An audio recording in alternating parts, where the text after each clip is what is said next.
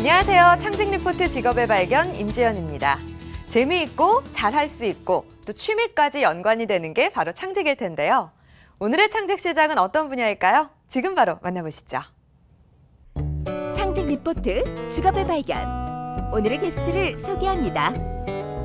내 아이를 위한, 내 아이에 의한 맞춤식 환경 조성. 아이들의 올바른 학습 환경을 만드는 공부 환경 조성 전문가 임한규. 그만의 창직 이야기 지금 시작합니다. 사람마다 특성과 성향이 다 다릅니다. 아이들도 마찬가지겠죠. 그렇다면 아이들의 공부 환경 또한 다 달라야 하지 않을까요? 바로 이 점에 착안해서 창직을 한 분이 있습니다. 공부 환경 조성 전문가로 활동 중인 웰스터디 임한규 대표, 그리고 레이즈 윤흥서 이사 함께하겠습니다. 어서 오세요. 안녕하세요. 네, 반갑습니다. 그동안 간간히 전문가로 출연을 해주셨는데 오늘부터는 본격적으로 대표님 얘기를 좀 들어보도록 하겠습니다. 네. 예, 자, 공부 환경 조성 전문가라고 하니까 그 공부 사실 너무 학습 쪽에 치중되는 것 같기도 하고 아이들마다 요즘에는 관심사도 다 다르기도 하잖아요. 네. 그러다 보니까 또 사춘기에는 반항하면서 공부를 내려놓기도 하는데 공부 환경 분석가라는 게 정확하게 어떤 건가요? 네, 이렇게 공부 환경 조성 전문가라고 저는 이제 직업명으로 해서 지금 활동을 하고 있거든요. 네. 근데 이제 공부 환경이라고 해가지고 꼭 아이들이 공부에만 이제 집중해서 얘기하는 것 같은데요. 네. 물론 공부에 가장 집중하는 거는 마찬가지지만 예. 아이가 이제 성장하면서 자기의 이제 인성이라든가 성격 형성도 그 시기에 같이 다 이루어지거든요. 그렇죠. 그래서 예. 공부랑 이제 아이들의 이런 성향까지도 다 맞춰가지고 환경을 조성해주는 그런 역할을 하고 있는 거고요. 네. 이렇게 공부 환경을 조성해주면은 예. 아이들이 변화가 많이 일어나요. 우리 성인들도 마찬가지잖아요. 네. 주변 환경이 이렇게 바뀌면은 사람들도 조금씩 변하는데 그렇죠. 아이들은 더 그걸 민감하게 받아들이거든요. 네. 그래서 그런 민감하게 받아들이는 환경에 대해서 조금 더 전문적으로 아이한테 조금 더 깊숙이 파고들여서 그걸 해주는 전문가를 얘기를 합니다. 네, 저도 예전에 공부하려고 하면 책상 정리부터 했던 그런 네. 기억이 나는데요. 잠시 후에 차분히 얘기를 해보도록 하고 이전에 했던 일이 굉장히 궁금해져요. 이전이요? 네, 어떤 일 하셨어요? 이전에는요, 물론 이제 공부하고 관련이 있을 수도 있을 것 같기도 한데요. 어떤 군인으로 군인이요? 네, 11년 동안 근무를 했습니다. 네. 그래서 군인 하면은 뭐 공부하고 연관 없을 거라고 생각하겠지만은 군대 있을 때도 공부 진짜 열심히 했습니다. 그래, 어떤 공부를 배울 하셨어요? 것도 되게 많았었는데 네. 그러니까 군인도 보안도 알아야 되죠. 또 그거부터 시작해서 네. 그 자기의 직무에 맞는 그런 교육도 많이 있잖아요. 그래서 그 군대에서 저는 11년 동안 근무를 했었습니다. 아, 그럼 직업 군인으로 근무를 하신 거죠? 네, 직업 군인으로 근무를 했었습니다. 11년 동안 근무를 하시고 네. 그럼 언제 전역을 하신 거예요? 전역을 한 거는요, 네. 2012년도 지금으로부터 한 3년 6개월? 네, 그 정도 전에 전역을 했었습니다. 그래요. 전역을 한다고 했을 때 사실 직업군인이라는 게 굉장히 안정적인 네. 직업이잖아요. 반대가 좀 심하지 않았을까 그런 네. 생각이 드는데요. 제가 처음에 이제 군대에 들어갔을 때가 강원도에서 네. 이제 시작을 해가지고 거기서 이제 3년 있다 기무사라는 그런 곳에 이제 그 병가를 바꾸게 됐습니다. 기무사는 굉장히 가고 싶어하는 곳이잖아요, 사람들이. 아마 군인들은 예. 조금 가고 싶어하는 그렇죠. 예, 그런 병가로 이렇게 이야기를 많이 하더라고요. 네네. 예, 그래서 거기에서 제주도랑 뭐 경기도 양주, 뭐 서울, 뭐 여러 군데에서 군 생활을 계속 이제 해오다가요. 네. 이제 그렇게 군 생활을 계속 해오다 보니까 네. 이제 군대라는 약간 이제 뭐라 그럴까 계급 사회다 보니까 제가 하고 싶은 거를 많이 못 하게 되는 경우도 종종 있었거든요. 그렇죠. 그러다 보니까 나도 내가 뭔가 내 거의 주인이 되고 싶다라는 생각을 많이 하게 됐었어요. 네. 그래서 한 7년 정도 군 생활을 했었을 때 네. 나는 이제 그만둬야지 라고 이제 생각을 하고 이제 예. 전역하겠다라고 주변 사람한테 얘기를 많이 했는데 네. 말씀하신 것처럼 반대가 너무 심했어요. 네, 그랬을 것 같아요. 야, 좀 더 해라. 뭐 지금 안정적으로 급여도 나오고 하는데 굳이 부모님의 반대가 가장 심했고요. 네. 그래서 이제 그때는 한번 제가 전역에 대한 그런 걸 접게 됐었습니다. 접은 다음에 한 3년 정도 더 군 생활을 하다가 안 되겠다. 네. 진짜 그만둬야겠다라고 생각을 하게 되고 다 처리를 끝내놓고 네. 전역 지원서를 내고 전역 예. 통지까지 받고 그러고 나서 얘기를 하고 전역을 하게 되었습니다. 이제 뭐 이미 물은 엎질러졌네요. 네, 주변이 그렇죠. 반대해도 어쩔 수가 없는 상황이 네. 됐어요. 근데 사실 군대라는 게 굉장히 갇혀있는 조직이다 보니까 이런 변화를 꿈꾸는 게 쉽지는 않았을 텐데 어떻게 이렇게 관심을 갖게 되셨어요?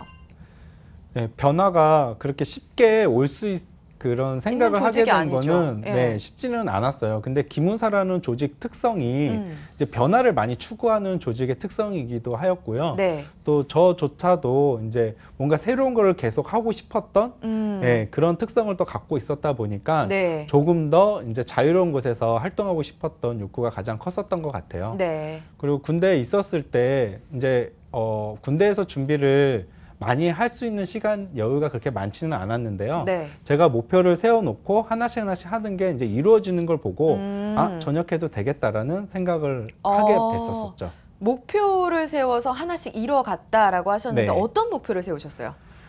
제가 이제 27살 때였는데요. 네. 보통 이제 그 나이 때 남자들은요 게임에 많이 게임 이제 많이 하죠. 중독이 된다시피 하는데 저도 게임 중독이셨어요? 그냥 중독까지였나요? 하여튼 게임을 많이 좋아했었던 것 같아요. 네. 예, 그래서 퇴근하면은 게임 이제 집에서 게임 많이 하고 그렇게 이런 스트레스를 많이 시간을 풀죠. 예. 예, 많이 그렇게 시간을 많이 보냈었는데 이러면 안 되겠다. 내 인생이 게임으로 그냥 정리가 되는 것 같다라는 생각이 들어서 네.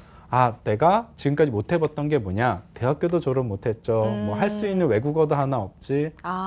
뭐 해외여행도 한번 가본 적도 없었을 네. 때였어요. 그래서 예. 그런 것들을 한 10가지를 리스트를 이제 해놓고선 30살 이전에 한번 해보겠다. 네. 근데 그런 리스트를 했었을 때는 불가능하다라는 생각을 좀 했었어요. 네네.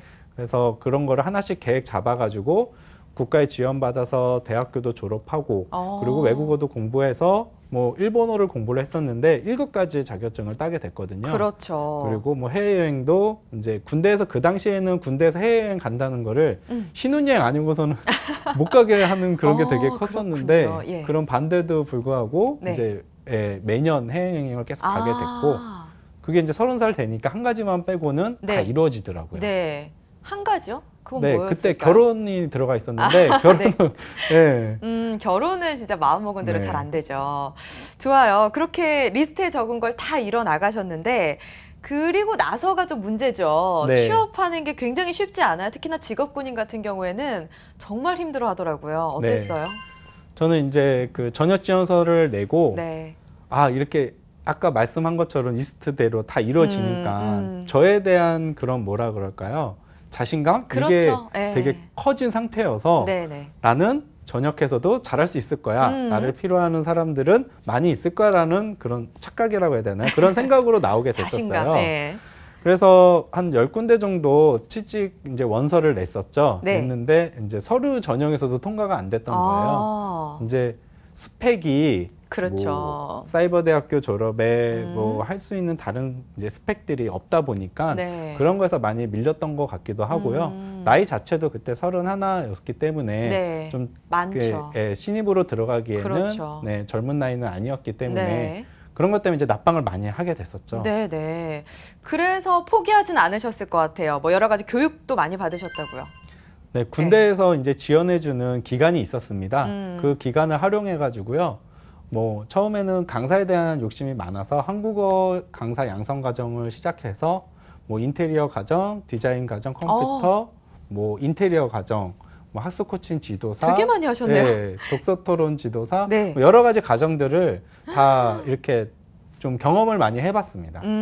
지원받아서 교육까지 받으셨는데 네. 취업도 쉽지 않고 네. 혹시 후회는 안 하셨어요? 전역한 거에 대해서?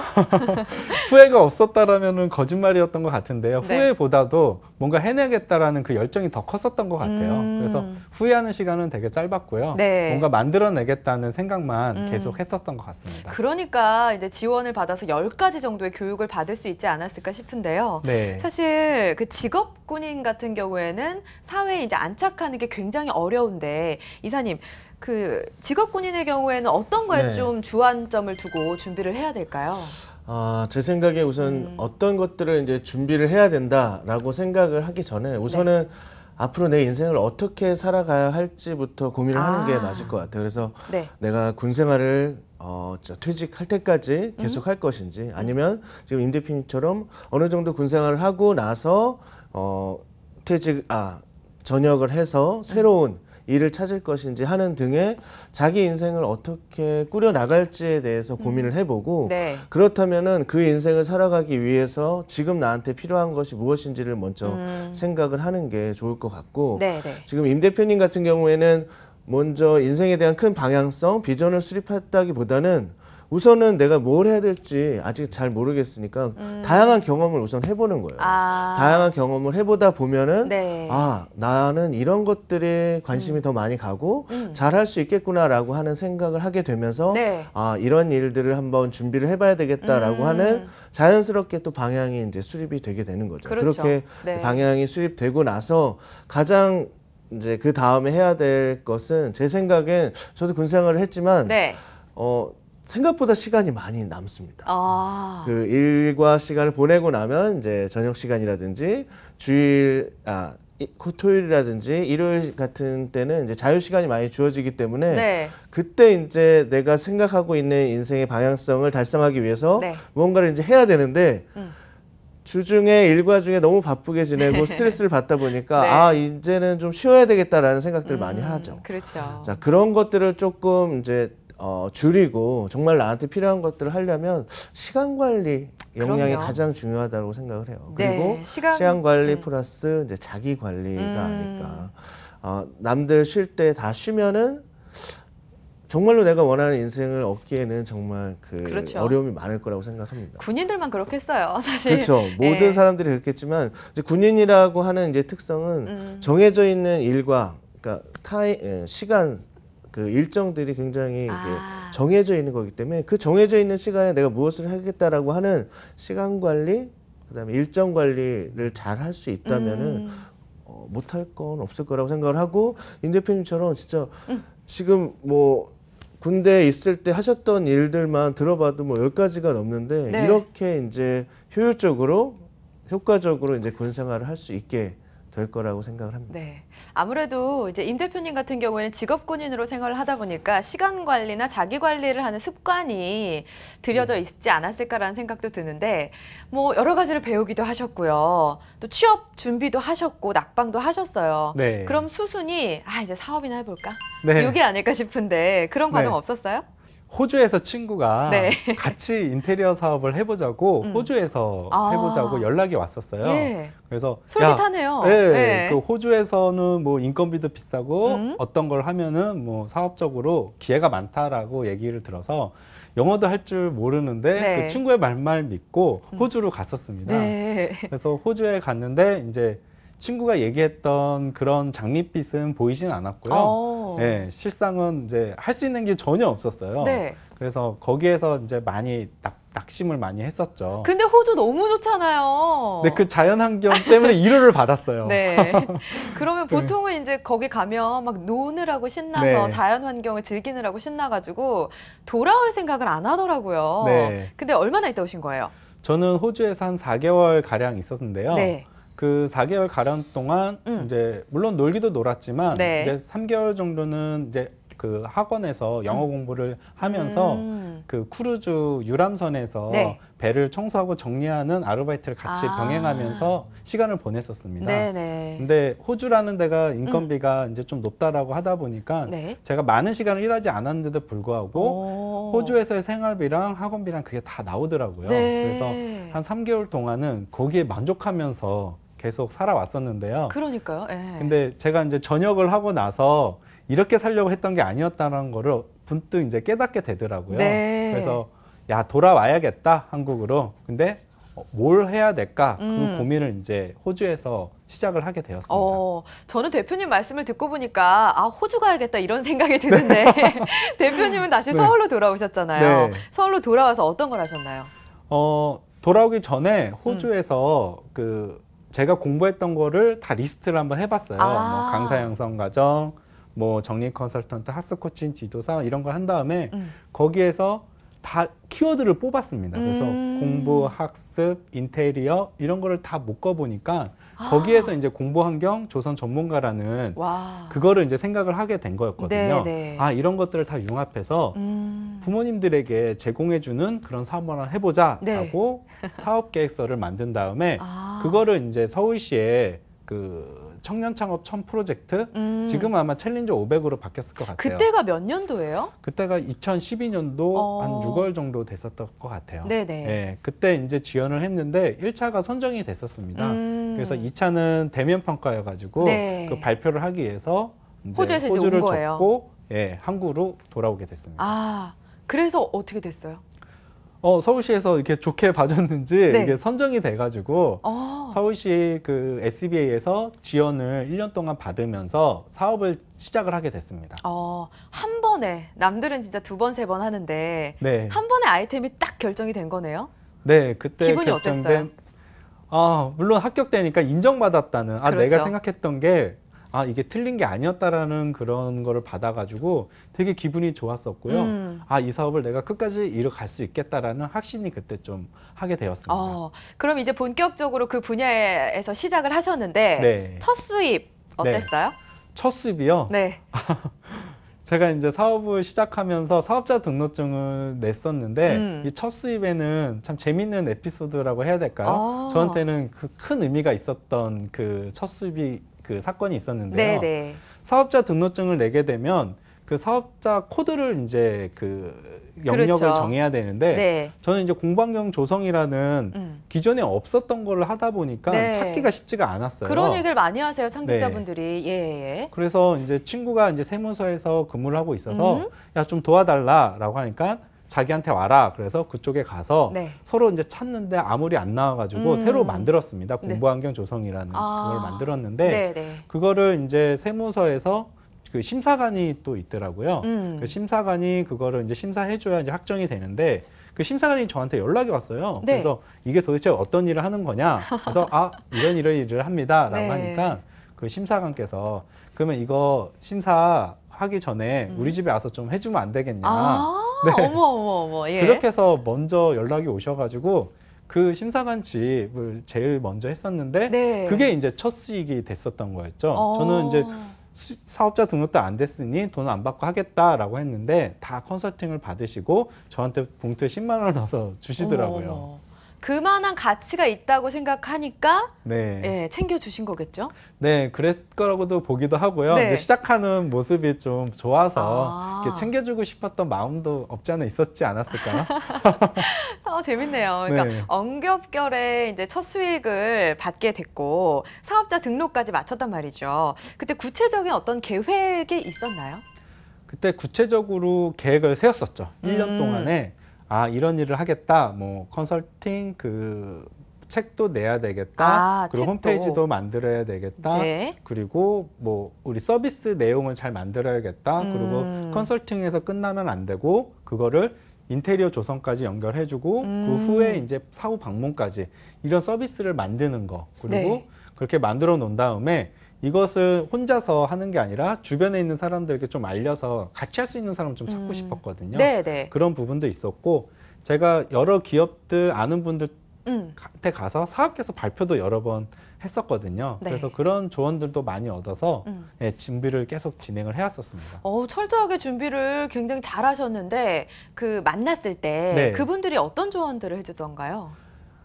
처음에는 너무 생소한 아이템이다 보니까 기존에 또 없었던 건 아니에요. 그렇지만 이렇게 모아서 요거를 한다는 거는 처음이다 보니까 네. 이런 거를 부모님이 돈 주고 하겠냐. 본인이 알아서 할 것이다. 약간 쓴소리도 들었네요. 네. 예. 그리고 뭐 내세울 게 없지 않냐. 너가 뭐 공부에 관련돼서 무슨 자격이라도 있냐. 그리고 근거가 어딨냐. 예. 이런 얘기를 처음에 많이 들었었습니다. 네. 아무래도 또 인테리어, 공부 환경과 연관이 되는 거기 때문에 사람들은 봐야 되거든요. 네. 비포 애프터의 어떤 사진 같은 게 있어야 될 것 같은데 네. 그런 거를 이제 도입을 하신 건가요? 그 하기 위해서는 이제 제가 예전에 공부하면서 인맥 알게 된 선생님들 집을 제가 무료로 다 바꿔줬었어요. 한 네네. 5군데 정도를. 네. 그 바꿔주고 나니까 비포 애프터 사진이 나오더라고요. 그래서 그런 사진을 블로그나 홈페이지를 통해서 홍보 수단으로 포트폴리오로 이렇게 하다 보니 반응이 조금씩 오더라고요. 네. 그래서 그걸 통해서 이제 다른 컨설팅도 연결이 되고 또 제가 정보들을 많이 같이 올리다 보니까 네. 이제 뭐 신문사나 뭐 잡지사나 이런 데에서 좀 발췌 좀 하겠다. 네. 그 취재도 오기도 하고 그렇게 변화가 오더라고요. 책도 이제 연락이 왔다면서요?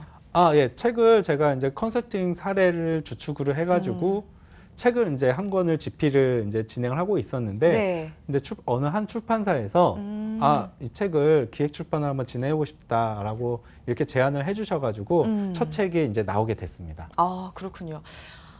얘기를 들어보니까 너무 쉽게 오신 것 같아요.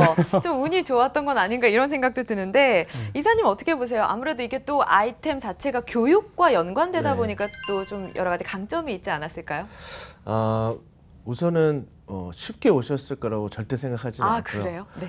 그동안 해오셨던 것들 이야기 들어보고 이제 운영하시는 블로그라든지 이제 홈페이지를 봤을 때 네. 굉장히 고민을 많이 하시고 공부도 많이 하시고 그리고 이 사업 영역을 원하는 소비자들이 어떠한 것들을 정확하게 요구하는지들을 정말로 고민을 많이 하셨을 거기 때문에 쉽게 왔을 거라고 생각을 하지 않습니다. 그렇군요. 근데 한 가지는 이 교육이라고 하는 사업 아이템 자체가 네. 제 생각에는 이 교육에 대한 만족도는 한계가 없다라고 생각을 합니다. 그러니까 예를 들면 이제 학생들이 이제 공부를 해서 성적을 받아오면 그 성적에 만족하는 학생이나 학부모는 없을 거라고 생각을 해요. 네, 네, 무슨 그렇죠. 얘기냐면은 예. 교육을 아무리 받고 성적이 높게 나오더라도 네. 더 높은 성적을 원하는 거고 공부를 못하는 학생은 네. 조금 더 좋은 성적이 나왔으면 하는 바람이 있는 거기 때문에 조금 더 좋은 성적이 나오기 위해서는 교육을 받아야 하는 거예요. 그렇기 그렇군요. 때문에 이 교육을 아이템으로 하는 사업은 네. 이 인류가 멸망하지 않는 이상 절대 이제 망하지 않는 사업 아이템이라고 생각합니다. 근데 또 모든 사람들이 또 그걸 다 알고 계실 거잖아요. 그렇죠. 많이 그렇기 들었어요. 때문에 교육 사업에 많은 분들이 이제 참여를 하시고 사업을 하심에도 불구하고 이렇게 짧은 기간 동안 이렇게 좋은 성과, 훌륭한 성과를 내셨던 이유는 아까 처음 말씀드렸다시피 굉장히 꼼꼼하고 체계적이고 그렇죠. 굉장히 많은 시간을 들여서 공부하고 찾아내고 알리고 했던 과정이 있었기 때문에 다른 사람들 보기에는 조금 쉽게 왔던 것 같아 보이지 않았나 싶습니다. 네.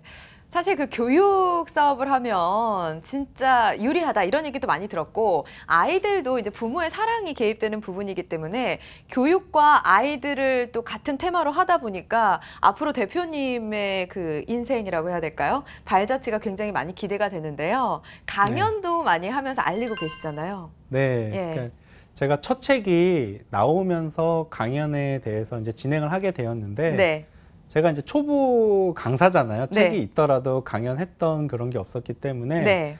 이제 그 도서관에서 처음으로 무료 강연을 이렇게 진행을 하게 됐었습니다. 그래서 네. 평택 시립 도서관에서 처음 진행을 하게 됐는데 네. 의외로 어머니께서 관심이 많으신 거예요. 네네. 한 60몇 분이 오시고 평택 시장님까지 오시더라고요. 그래서 강연이 정말 재밌는 거고 또 부모님들이 많이 좋아하니까 네. 이게 정말로 필요한 일이겠다 해서 한 5군데 정도를 진행을 하게 되었습니다. 네.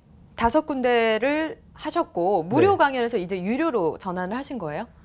그러니까 무료 강연을 계속 5군데를 하다 보니까 네. 또 평가도 좋다 보니까 주변에서 계속 연락이 오는 거예요. 저희도 재능 기부 강연 좀 해주세요 이렇게 해주는데 저희가 이제 어쨌든 저희도 수익이 있어야 살 수가 있기 그럼요. 때문에 저희 그 이벤트로 진행했던 거고 그 이후에는 저희는 유료 강연으로 진행을 합니다라고 이야기를 하고 거기서 이제 무료 강연은 더 이상 하지는 않았어요. 네. 특히나 그 백화점 문화센터 정말 네. 뚫기 어렵다는 곳에서 연락이 온 건가요? 제가 먼저 연락을 했죠. 그래서 현대백화점 압구정점에 제가 제안을 먼저 하게 됐거든요. 네. 저희 이런 강연이 부모님들에게 필요합니다라고 얘기를 했더니 좋다 그래가지고 현대백화점에서 오픈을 하게 되었어요. 근데 현대백화점 압구정점에서 오픈을 하게 되니까 네. 다른 점에서도 다 연락이 오게 되더라고요. 그래서 롯데백화점, 갤러리아 백화점 여러 군데에서 강연을 많이 진행하게 됐었죠. 네. 이사님 사실 이제 보통은 조금 힘들지 않은 곳부터 선택하는 경우가 많은데 이런 케이스 어떻게 보세요? 네. 네. 두 가지 경우가 있을 것 같은데 네. 우선 임 대표님께서 이게 어려운 건지 그냥 모르고 이렇게 제안을 하셨을 경우도 있을 것 같고 아니면 이제 속된 말로 이제 촉이 좋으신 거죠. 여기에서 한번 제대로 이 내가 생각하고 있는 것들을 알리면 이제 다른 곳으로 전파가 잘 되겠구나라고 하는 그 촉을 가지고선 제안을 하셨을 것 같은데 제 생각에 이제 후자일 것 같으세요. 근데 그렇게 이제 촉이 좋을 수 있는 이유는 그동안 네. 끊임없이 고민하고 소비자들이 생각하고 있는 바들을 꼼꼼하게 체크를 해서 이런 지역에서 이러한 요구를 갖고 계신 소비자들한테 내가 가지고 있는 생각들, 공부 환경 조성이라고 하는 이 주제를 가지고 이야기를 했을 때 다른 사람들한테 많이 전파가 되겠다라고 하는 것들이 아마 이제 뭐 지식적으로나 아니면 이제 감정적으로 그런 것들이 생겨서 이제 그런 곳에 제안을 하셨을 거라고 생각을 합니다. 네, 지금 공부 환경 조성 전문가에 대한 얘기를 계속 하고 있는데 시청자분들은 어떻게 공부 환경을 만들어 가는지 굉장히 궁금해하실 것 같은데 약간만 좀 얘기를 해주실 수 있을까요? 공부 환경 팁 말씀하시는 거죠? 예. 네, 이게 공부 환경이라고 하면은 아이들이 이제 집중력을 높이는 게 가장 그렇죠. 초점이 되는 거고, 네. 그럼 집중을 방해하는 것들을 최대한 없애는 것도 하나의 방법이거든요. 그렇죠. 예. 그래서 집중에 방해되는 게 어떤 것이 있는지 확인을 먼저 해보는 과정을 먼저 하고요. 그 다음에는 이제 동선에 따라서 아이들이 침대로 바로 가게 하는 동선이냐, 아니면 책상으로 바로 가게 하는 동선이냐, 네. 그거에 따라서 조금씩 달라지기 때문에 그런 배치라는 부분이라든가, 뭐 햇빛이 들어오면 햇빛에 의해 가지고 뭐 졸음이 많이 올 수도 있고, 그렇죠. 눈부심으로 인해서 시력이 저하가 될 수도 있는 거거든요. 네. 그래서 그러면은 창문은 최대한 피하는 게 좋을 거다. 그러니까 이런 여러 가지 조명적인 부분이라든가 색상적인 부분에서도 마찬가지로 이 아이가 성격이 뭐 약간 차분한 아이예요. 네. 네, 차분하고 이런 아이인데 근데 남자아이라고 해가지고 다 파란색 방만, 파란색 인테리어 이거 많이 하시거든요, 부모님들이. 근데 그런 아이들에게 파란색 그 벽지를 해주게 된다면 좀 우울해지는 약간 그런 색상 심리가 있거든요. 그래서 그런 아이에게는 다른 색상에 좀 밝게 만들 수 있게끔 그런 색상적인 부분까지. 그래서 이런 것들을 종합적으로 아이의 성향이나 그런 특성에 맞게끔 조성해주는 게 이제 공부 환경 조성이라고 합니다. 그러니까 아이의 성향을 판단해서 풍수질이라든지 조명, 컬러 이런 걸 다 조합해서 이제 결정을 해주시는 거잖아요. 네. 그 공부 환경 전문가라는 이름, 네. 그 덕도 굉장히 클 것 같은데 직접 이름 지으신 거죠? 네, 제가 직접 이름을 지었던 거고요. 네. 처음에 했었을 때는 공부환경 컨설턴트로 활동을 먼저 시작을 했었습니다. 네네. 근데 이 컨설턴트라는 그런 이미지가 어머니들이 그렇게 좋아하시는 그런 이미지가 아니더라고요. 네, 그래서 그런 컨설턴트의 이미지를 좀 바꿔야겠다라는 생각을. 컨설턴트가 너무 남용되고 있기 때문에 잘 바꾸신 것 같아요. 네, 그래서 이거를 좀 부모님들이 좋아하는 그런 명칭으로 좀 바꿔줄 필요도 있겠다라고 생각을 해서 한 1년 6개월 전에 공부환경 조성 전문가로 이제 이름을 바꾸게 됐습니다. 네네. 이름을 바꾼다는 게 사실 쉬운 작업은 아니에요. 네. 그동안 해왔던 것들도 있기 때문에. 근데 왜 바꿀 생각을 했을까요? 네. 처음에 말씀했듯이 이제 그 공부환경 컨설턴트가 주는 약간 그 거부감 그런 거를 없애기 위한 부분도 있었고요. 그리고 그 당시 맞춰서 홈페이지라든가 이런 거를 또 바꿀 때가 왔었습니다. 그래서 한번 바꿀 때는 정말 전체적으로 바꾸는 게 필요하거든요. 그렇죠. 그래서 그때 뭐 로고부터 시작해서 이름까지도 싹 바꾸게 되었습니다. 네. 자, 이제 활동을 하고 계신데 내가 이제 좀 자리를 잡은 것 같다. 어느 정도 궤도에 올라온 것 같다라고 느낀 시점이 있을까요? 어떤 계기라든지? 강연을 했는데 그 여러 군데에서 연락이 많이 오다 보니까 50 몇 군데에서 한번 한 적이 있었거든요. 작년 8월 그렇죠. 작년 8월 정도에 그때 수익이 한 900 가까이 나왔어요. 강연 수익으로만. 와. 네, 그래서 뭐 그달 전체 할만하네요. 수익은 훨씬 많았겠죠. 네. 그래서 그달 강연 수익만 그렇게 나오다 보니까 야 이제 내가 자리에 잡았구나라는 생각을 하게 되었습니다. 네네. 그리고 또 보니까 한화건설 쪽에서 연락이 왔다고 들었거든요. 네. 제가 공부환경 유형 진단 검사라는 아이들의 특성과 상황에 맞게끔 그걸 검사를 해서 이 아이는 이런 방을 꾸며주면 좋습니다. 라는 그런 진단 검사를 개발했거든요. 그때 특허 출원을 했는데 이제 그 내용을 본 하나건설에서 우리 하나건설 지으는 그런 아파트에 아이들의 특성과 성향에 맞는 공부방을 만들어 준다라면 아이들 성적도 올라갈 거고 그 하나건설에 대한 그 공부에 대한 이미지도 좋아질 거라는 얘기를 두고 같이 이제 그 진행을 하게 되었었습니다. 네.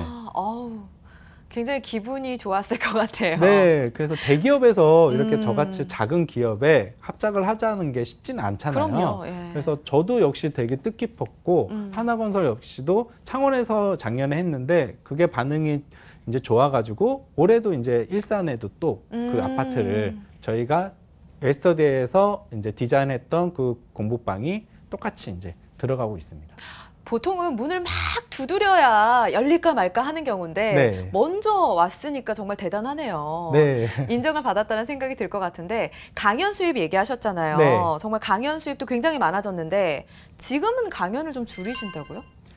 제가 작년까지는 강연에 가장 초점을 맞춰가지고 사업을 진행을 해왔는데 네. 제가 강연을 안 할 때는 제가 수입이 없는 거예요. 그러니까 수입이 많이 줄어들더라고요. 네. 저는 사업을 하고 싶었고 제 직업을 많이 알리고 싶었던 게 가장 목적이었기 때문에 네. 강연을 제가 줄이는 대신에 이제 2호, 3호 그 공부환경 조선 전문가를 양성하는 게 양성 과정을 예, 더 중요하겠다. 그 양성만 하는 게 아니라 양성해서 이분들을 좀 잘 지원해가지고 와. 이분들도 직업적으로 인정받으면서 생활할 수 있게끔 만들어주는 걸 해야겠다라고 생각해서 진행을 하고 있습니다. 그 창직의 대표적인 롤모델의 과정을 지금 겪고 있어요. 벤치마킹 하는 것들이 있나요? 벤치마킹 많이 했죠. 가장 벤치마킹 많이 했던 분은 윤선현 정리 컨설턴트 예, 그 대표님을 가장 벤치마킹을 많이 했습니다. 어찌 보면 사업 그 가는 방향이 타겟팅도 같죠. 부모님이라는 거. 저희 컨설턴트로 같이 시작을 했기 때문에 네. 그런 분들을 많이 봐서 이 윤선현 대표의 성공한 케이스들을 네. 많이 따왔습니다. 도움을 좀 네. 많이 받았네요. 네. 예, 예. 보면은 그 무료로 하던 강연도 이제 유료로 전환을 하셨고 네. 또 어떻게 보면 좀 도도하게 강의도 딱 끊으셨고 그리고 여러 가지 비율을 참 잘 조절하셨다라는 생각이 드는데 이사님은 어떻게 보세요? 결단과 실행이 좀 빠르다고 평가하지 않으시나요? 네, 지금 말씀 들어보니까 그 정도 수익이 발생했으면 그러니까요. 사실은 계속 이제 강연만 하셔도 네. 이 1인 기업을 충분히 운영을 하셨을 거라고 생각을 하는데 네. 지금 말씀을 들어보니 이 일을 시작한 첫 번째 목적이 내가 하고 있는 이 직업을 알리겠다라고 하는 목적이 있었기 때문에 그 목표를 달성하기 위해서 과감히 이제 강연을 이제 줄이신 거라고 생각이 듭니다. 저도 네. 이제 강연을 자주 하러 다니지만 사실 강연만 하게 된다면 그 수익으로도 충분히 이제 뭐 회사를 운영하거나 이런 데 문제는 없습니다. 하지만 이 강연을 하다 보면 원래 내가 하고자 하는 그것들을 이제 많이 놓칠 수가 있기 때문에 네, 그렇죠. 사실 이 강연을 하는 비율과 내가 해야 될 일을 비율을 이제 결정하는 게 굉장히 중요합니다. 그래서 강연을 이제 완전히 안 할 수도 없는 것이 강연을 하면서 사실 저희도 이제 배우게 되거든요. 강연을 준비하면서 그렇죠. 강연을 하면서 이제 보여주시는 이런 그 호응이나 이런 것들을 통해서 이 강연자들은 많이 배우고 있기 때문에 강의의 비율과 원래 하고자 하는 그 일의 비율을 정확하게 이제 잘 정하셔서 이제 회사를 운영하고 계신 게 아닐까 생각이 듭니다. 칭찬을 해주셨네요. 잘하고 네. 있다고. 지금 양성과정을 운영 중인데요. 2호 전문가들이 활동을 하고 계신가요? 네. 네. 올해 2월 달에 1기를 진행을 했었습니다. 그때 이제 수료하신 분들 중에 네. 뭐 이준영 컨설턴트 그 어디죠? 부산 쪽에 경남권에서 이렇게 활동하시는 분이 있거든요. 네. 그쪽 지역이 학구열이 정말 높아요. 아, 그래요? 그래서 공부 환경에 대해서 이렇게 바꾸고 싶다라고 컨설팅 의뢰가 많이 들어오거든요. 서울보다도 오히려 더 많이 들어오는 것 같아요. 근데 거리상 제가 갈 수가 네. 없을 경우가 되게 많거든요. 그렇죠.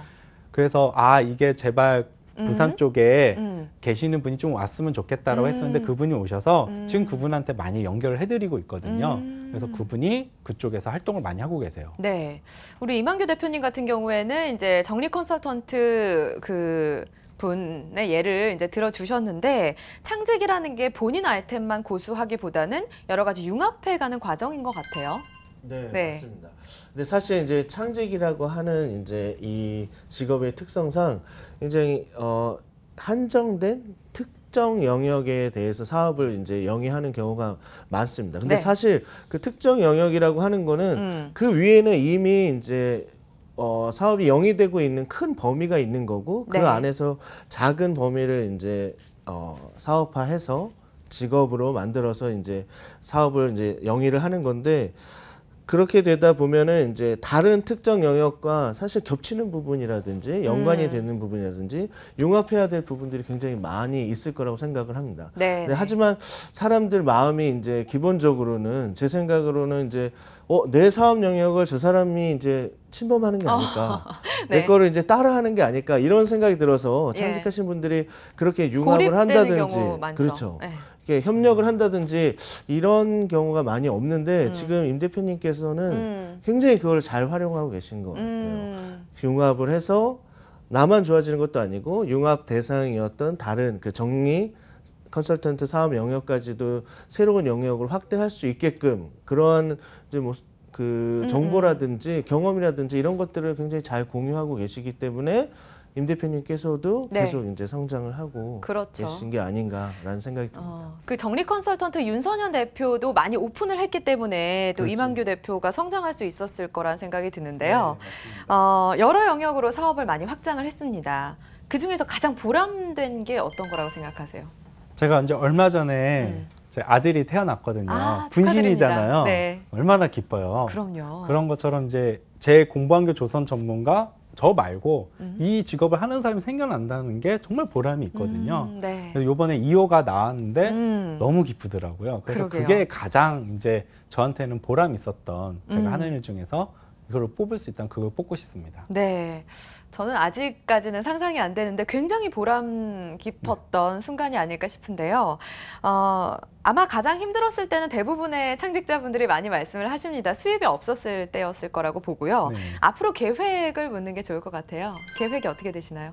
앞으로의 계획은 이 공부환경 조선 전문가가 직업적으로 안정적으로 할 수 있게끔 뭐 그 서비스라든가 이런 것들이 구축이 잘 되는 게 일단 첫 번째고요. 이런 서비스를 가지고 전문가들이 전국 각지에서 안정적으로 활동을 할 수 있게끔 그런 환경이 만들어지는 게 또 목표고요.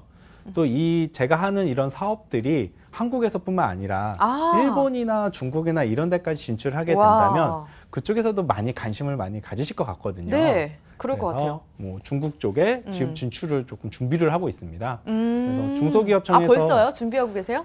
네, 지금 이제 조금씩 준비하고 있는데요. 네, 중소기업청에서 유망 지식 서비스 진출 사업이 있어요. 그래서 거기에 제가 1차 선정이 된 상태인데 그 중소기업청의 지원을 받아서 내년에는 중국 쪽에 진출하는 게 제 목표이기도 합니다. 그래요. 네. 지금 2호 이제 양성 과정까지 가셨는데 네. 정규 과정으로 만들 계획이 있으신 건가요? 정규 과정이라고 하면은 네. 지금 현재가 양성 과정이 32시간으로 정규 과정으로 지금 진행이 되고 이미 있고요. 진행을 하고 계시군요. 이제 그 자격증은 이제 민간 자격으로 되어 있기도 하지만 이제 콩코디아 국제대학교의 그 정식 과정으로도 등록이 되어 있거든요. 국제대학교요? 네. 와. 그래서 네. 저희 과정을 수료하시면 이제 민간 자격증도 받지만 네. 국제대학교의 그 수료증도 같이 받아서 이 공부환경 조선 전문가는 조금 더 전문적이다라는 거를 좀 보여줄 수 있는 그런 것도 제공을 하고 있습니다. 국제대학과 또 연관이 되어 있다고 하니까 상당한 메리트가 있을 것 같아 보이네요. 네. 그 중국으로 진출 얘기도 하셨고 아무래도 이게 또 지식 서비스에 속하기 때문에 해외로 뻗어나갈 가능성도 굉장히 많아 보입니다만 아무래도 해외 진출을 앞두고 있다면 좀 유의해야 될 점이 많지 않을까 싶어요, 이사님. 네. 네. 뭐 최근 이제 스타트업이라든지 창직을 하시는 분들이 이제 해외 진출을 많이 이제 생각들을 하고 있죠. 예. 한국 내에서 사업을 한다는 게 어쨌든 이제 한국이라는 한정된 그 공간, 한정된 이제 그 소비자들이 있기 때문에 사업을 확대하기 위해서는 해외 진출을 이제 당연히 이제 생각을 하게 되는데 제 개인적인 생각으로 이제 해외 진출을 생각을 한다면 첫 번째로 이제 가져야 될 마인드, 이제 생각이 네. 해외에는 우리 서비스, 우리 사업은 없을 거라고 생각을 하면 안 될 것 같아요. 분명히 유사하거나 아니면 거의 동일한 사업들이 이미 있을 거라고 생각을 하고 진출을 해야 된다고 생각을 합니다. 그렇군요. 그 이유는 우리 한국 내에서 이 사업을 생각하고 있는 사람이 한 명이 있다면 다른 나라에도 분명히 나와 같은 사람이 한 명이 분명히 있을 거고 그러한 생각을 가져야지만 유사하거나 동일한 사업이지만 그 나라 사람들이 내 서비스를 받게 될 그 차별성을 확실하게 생각을 하고 진출을 할 수 있을 거라고 생각을 하기 때문입니다. 아, 그렇구나. 내가 해외 진출을 하려면 이미 하고는 있지만 네. 하고 있는 그 사업과 나는 다르다. 새로운 것들을 제공한다라고 하는 것들을 명확히 정의를 하고 네. 해외 진출을 생각을 해야 되기 예, 때문에 예. 그렇게 이제 해외 진출을 고려할 때는 그런 마인드를 갖고 시작을 해야 될 거라고 생각을 합니다. 그리고 네. 이미 이제 임 대표님 같은 경우는 그런 생각을 하고 계시고 그렇기 때문에 이제 중소기업청에서 지원하는 이러한 정부 사업도 지원을 해서 벌써 이제 1차까지 이제 합격을 한 상태이기 때문에 아마 제 개인적인 생각으로는 아주 좋은 성과를 내실 수 있지 않을까라는 생각을 합니다. 윤흥서 이사님께서 좋은 성과를 낼 수 있을 거다, 기대가 네. 된다 이런 말씀을 하셨거든요. 자신 있으세요? 네, 저는 항상 1년 후가 기대가 돼요. 아, 네, 멋지다. 그래서 내년이 예. 기대가 되고요. 또 내년이 되면 또 그 내년이 또 더 기대가 되겠죠. 네. 제가 처음 사업을 시작했었을 때 뭐 매출로만 얘기하자면 뭐 1,000만 원 막 이렇게밖에 안 됐었을 때였지만 네. 작년에는 제가 8천만 원까지 매출을 기록을 하게 되었거든요. 네, 네. 근데 지금 현재가 와. 7월 정도 됐는데 거의 2억이 넘게 어. 이제 매출을 잡았습니다. 와, 그러니까 올해는 한 축하드립니다. 3억 넘게 갈 거라고 보는데 음. 내년은 얼마나 되겠어요. 그래서 그런 기대감도 되게 크고요. 와. 2호 컨설턴트들이 네. 전국에서 활동하는 모습들도 되게 기대가 되고 또 중국에 진출해 있는 웨스터디의 이런 컨텐츠들이 또 기대가 됩니다. 아, 네. 멋집니다. 직업 군인 출신의 창직가라는 게 굉장히 특이하거든요.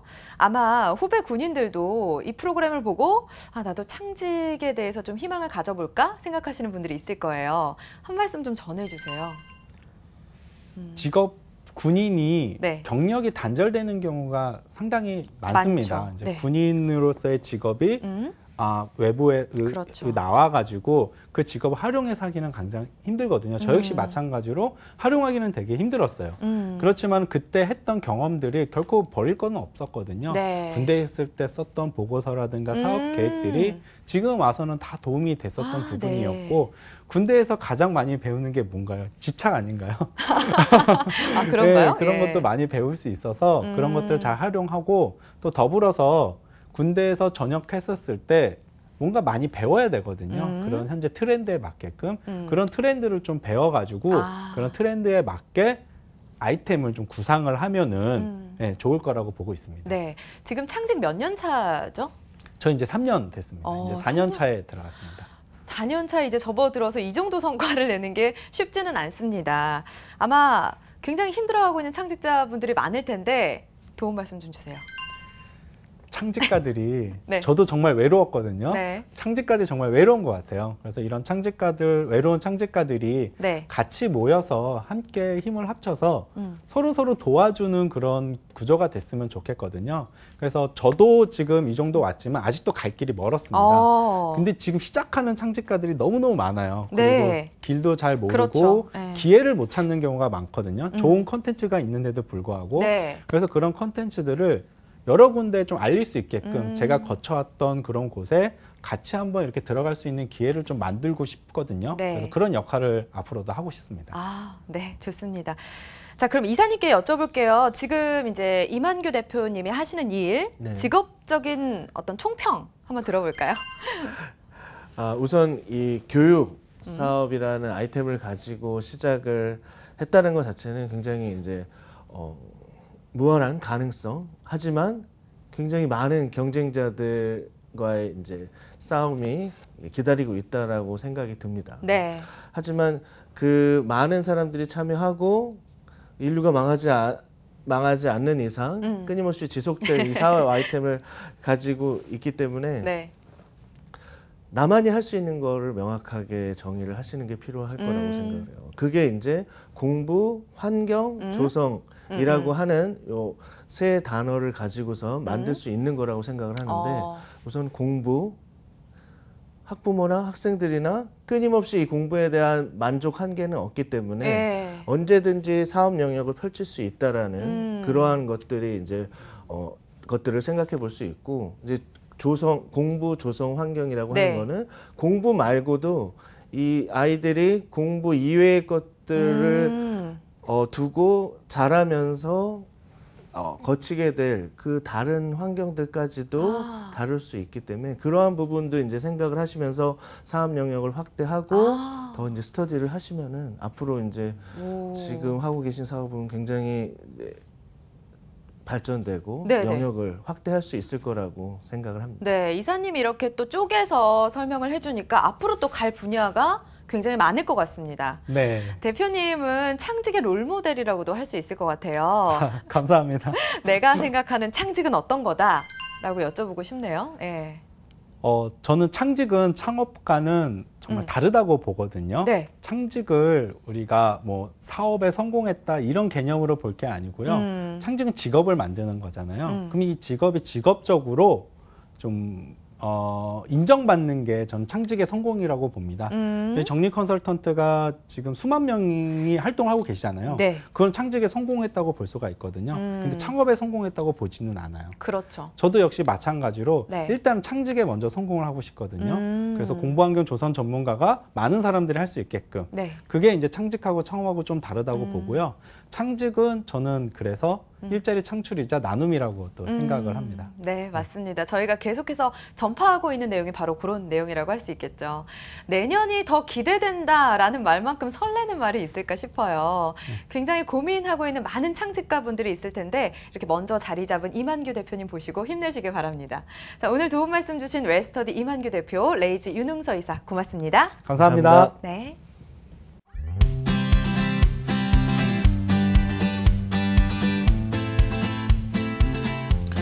반갑습니다. 가능성연구소 대표 서종우입니다. 창직과 기업의 역할 오늘은 8번째로 오픈소스 프로젝트 방식으로 창직을 권장하라라는 주제로 말씀드리도록 하겠습니다. 오픈소스, 뭐 말 그대로 소스를 공개하는 걸 뜻합니다. 어디서 어디까지 공개해라, 뭐 이런 얘기가 있죠. 최근의 트렌드는 남김없이 다 공개하는 게 추세입니다. 기업이 가지고 있는 또는 개인의 저작권이라고 생각했던 그 모든 것들을 공개해서 오히려 이 공개가 새로운 성과를 창출할 것이다 라고 하는 이 신뢰를 바탕으로 하는 모델입니다. 여러분들 서태지 씨 잘 아시죠? 서태지 씨가 최근에 앨범을 하나 냈었죠. 근데 그 앨범을 내면서 서태지 씨가 이 오픈소스 방식으로 앨범을 공개했습니다. 뭐냐면 그 음원에 자기 노래 제작에 사용되었던 모든 음원들 자체에 대한 소스를 다 공개해버렸습니다.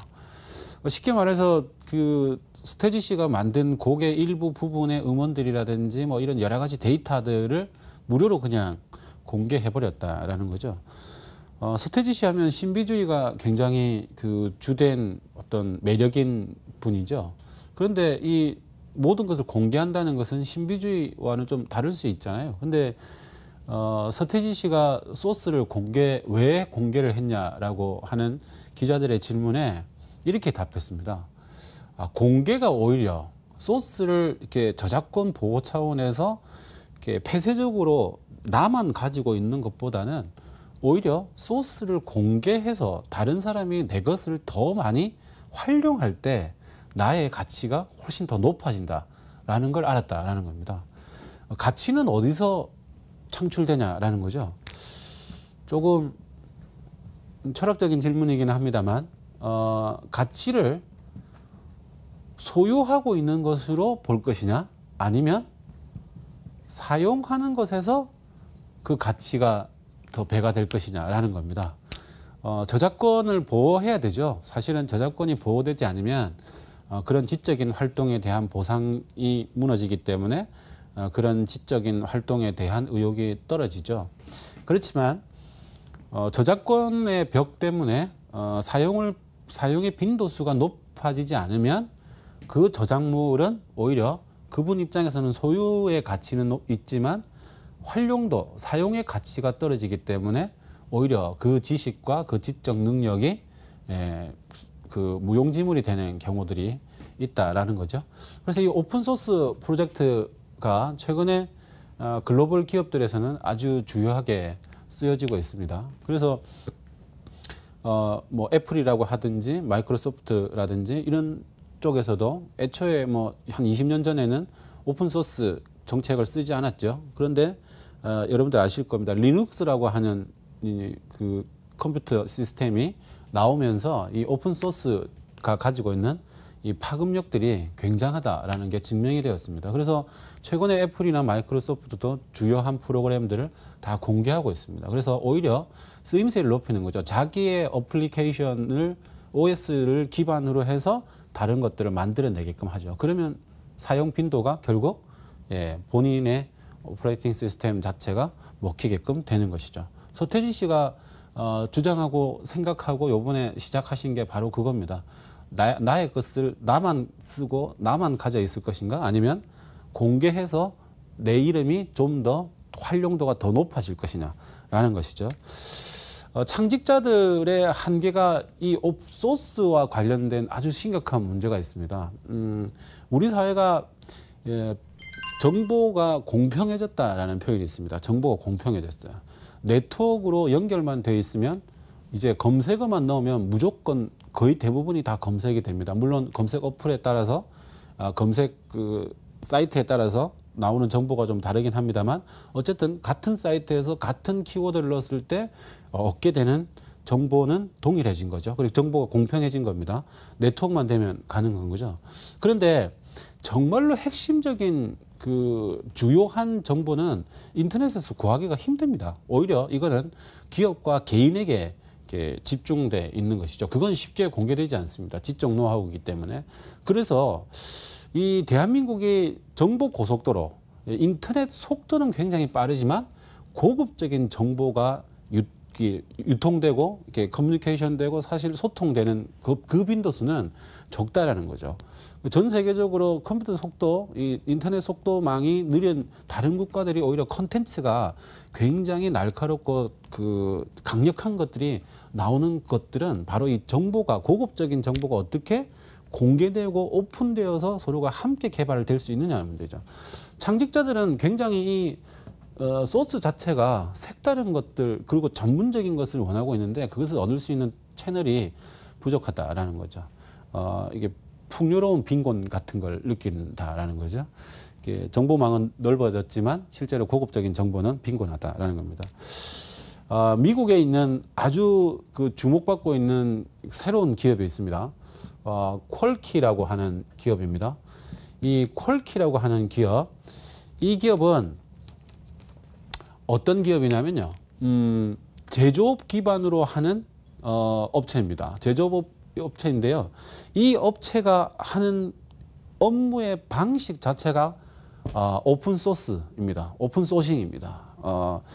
회사 내부에 개발진이 있습니다. 디자인 팀이 있고요. 그렇지만 아이디어를 최초로 내는 사람과 아이디어를 숙성시키는 사람, 그리고 이거를 상품으로 직접 제조하는 사람, 그리고 이걸 판매 유통하는 사람이 회사 내부에는 있지만 이 모든 프로세스 과정을 공개한다라는 겁니다.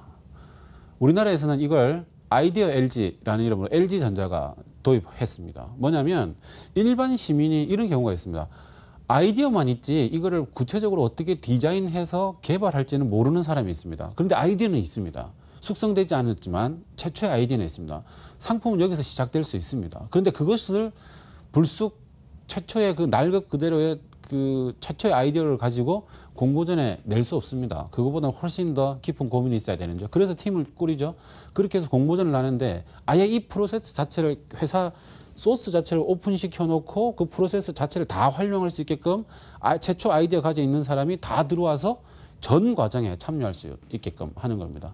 아이디어를 낸 사람, 아이디어를 숙성시킨 사람, 나는 아이디어는 없지만 낸 아이디어를 봐서 참고로 디자인만 할 수 있는 사람, 이 디자인을 가지고 실제로 CAD나 이런 뭐 그 3D 프린터 기술이나 이런 것들은 갖고 있지 않지만 실물을 그 밀링 선반가처럼 제조할 수 있는 장인들이 있으시죠. 이 모든 역할들을 오픈하는 겁니다. 그렇게 해서 이 회사가 중심에서 그 소스를 가져다가 최종 생산품으로 판매합니다. 국내 모델인 아이디어 LG 같은 모델은 최초 아이디어가 상품으로 판매되었을 때는 판매 매출액의 최대 4%까지 최초 아이디어 제안자에게 지급하는 걸로 조건이 되어 있습니다. 엄청난 거죠. 어떤 제품인지에 따라서 그게 판매되는 베스트 샵이라고 하는 그 자체 매장에서 판매되는 그 매출 총액의 4%면요. 금액이 엄청 크다고 보셔야 됩니다. 이제 기업 내부에 가지고 있는 자기의 전문성이 있지만 그거 소스 자체를 공개하고 그것에 일반인들의 즉 창직자, 창업자, 취업 준비자들의 아이디어와 본인이 가지고 있는 경력 단절자 같은 사람들에게 역량들을 집중시켜서 프로세스 자체를 공개해 버리는 겁니다. 이걸 저 슈퍼스타 K처럼 일반 시민들이 그 핸드폰으로 이렇게 투표에 참여하듯이 그런 방식으로 오픈시켜서 참여시키는 방식을 진행을 합니다. 그래서 이런 것들이 매주 진행되는 프로세스가 유튜브를 통해서 공개되고요. 여기서 또 다르게 제한되는 것이 또 마찬가지로 오픈되어 있습니다. 그것을 신뢰 관계에 있어서 그 저작권들은 중간중간에 그 기업이 보장을 해줍니다. 그런 제도적 장치를 마련해두고 아이디어를 내는 것 자체가 아이디어를 뺏긴다라는 불신이 쌓이는 게 아니라 내가 낸 아이디어는 보장을 받으면서도 내가 낸 아이디어가 오픈되어서 다른 더 큰 성과를 창출하는 데 기여하게끔 된다라는 이 구조를 콜키라는 기업이 만들어 놓고 전 세계적으로 엄청난 주목을 받고 있습니다. 미국에 떠오르는 10대 신규 기업으로 이 콜키라는 회사가 주목을 받고 있거든요. 우리나라에 있는 대기업들도 이 창직을 하려고 하는 이 젊은이들의 새로운 감각들을 오픈 소스 그리고 프로세스 자체를 오픈하는 이런 과정을 통해서 기업의 내부의 성과로 다시 이렇게 숙성시켜 보시는 것도 좋을 것 같습니다. 창직자들에게는 이 정보가 제공되는 것 그리고 각각의 역량에 따라서 그 부분에 대해서 정확하게 기여도를 신뢰받을 수 있는 것 이런 시스템 자체가 굉장히 중요합니다. 그게 오히려 기업이 대외 신뢰도를 높일 수 있는 좋은 기회이지 않겠느냐라고 생각합니다. 우리 오늘 8번째 얘기로 창직 프로세스 자체의 오픈 소스 방식을 한번 적극적으로 응용해 보시자라는 말씀 드렸습니다. 감사합니다. 네, 창직 리포트 직업의 발견 준비한 내용은 여기까지입니다. 혼자의 생각만으로 창직의 세계에서 자리매김하기란 많이 힘들죠. 그럴 때 전문가의 의견을 좀 참고해 본다면 시행착오도 줄이고 그리고 시간도 단축할 수 있지 않을까요?